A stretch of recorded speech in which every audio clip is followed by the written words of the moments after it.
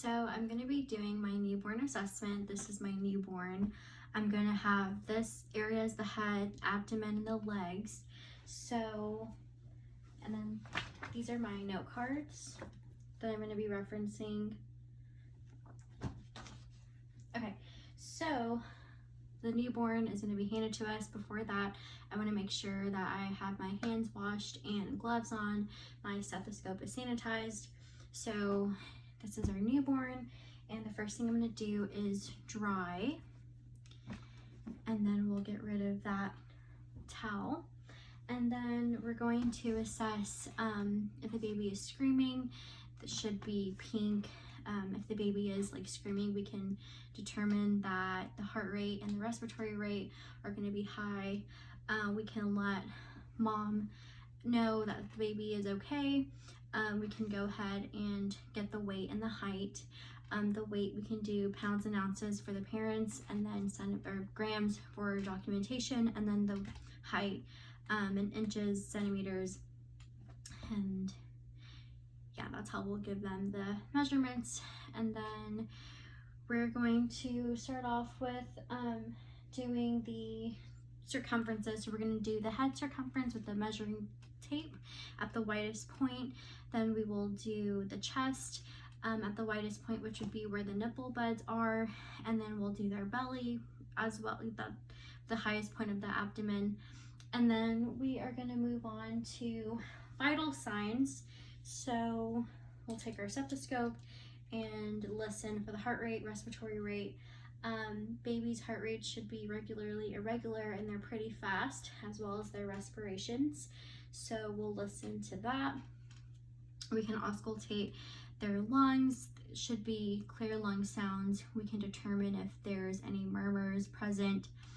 And then we can also listen to their bowel sounds. So they should have their little bowel sounds.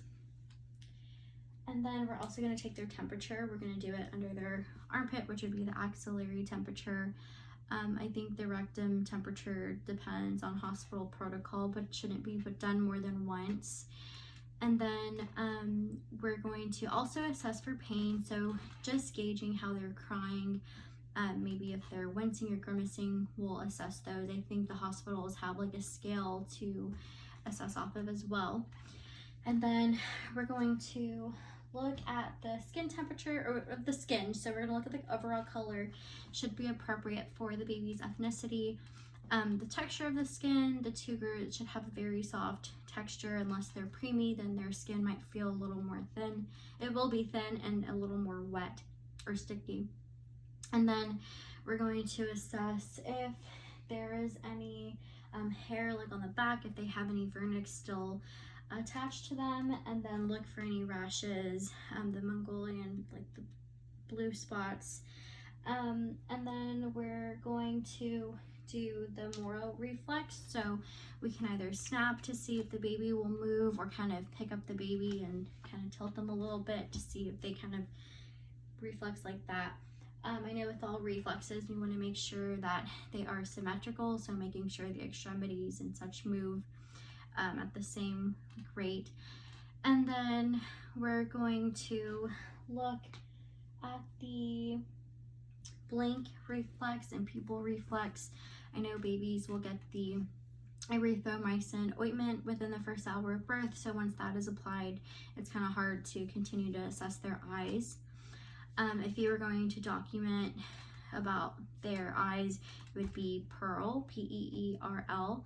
And then we would do the rooting reflex, so you would touch the cheek and they should move to that side. And while you do that, with of course a glove on, you can stick your hand and a finger like in their mouth to check their hard and soft palate. Their tongue should also be like freely movable. And then we will do the palmar reflex. So with their hands and feet, if we do this to them, they should grasp. And then we can also, do the Babinski reflex. So draw the upside down J on the baby's foot. And then we will, if we turn the baby's head their extremity should follow. So if we turn their head to the right, their right arm and their leg should come out as well.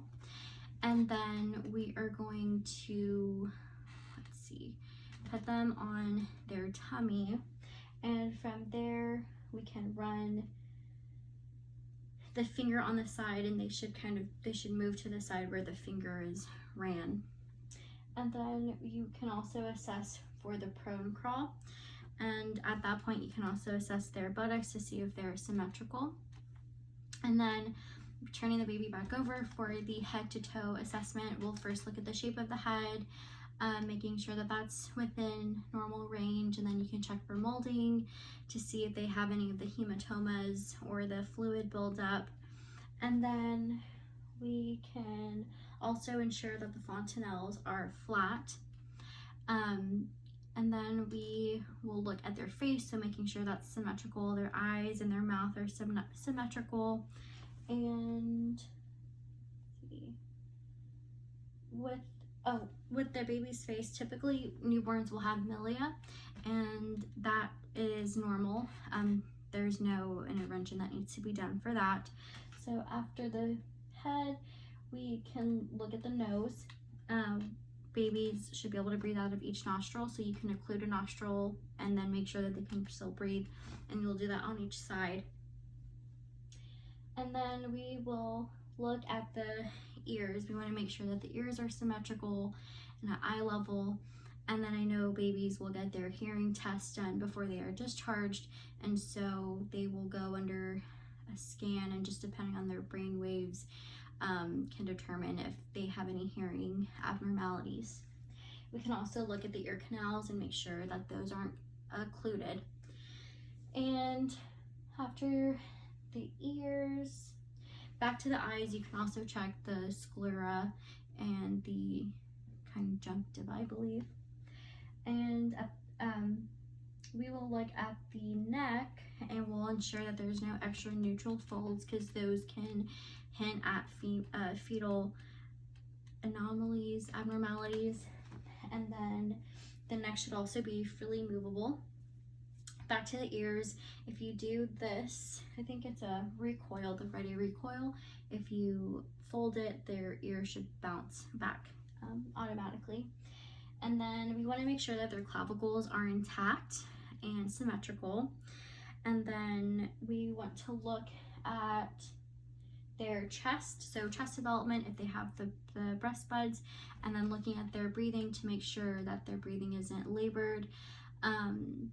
And they, let me see. Oh, and we can also, no, I said auscultate for a murmur.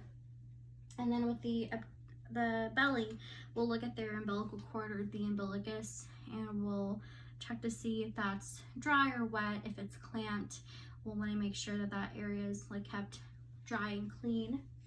And then with the spine, when we had turned the baby over, we can see that the spine was C-shaped. And then checking in that position also, you can check if there is a hip dislocation. And then moving down to the genitalia, you want to look for the urethra and the meatus.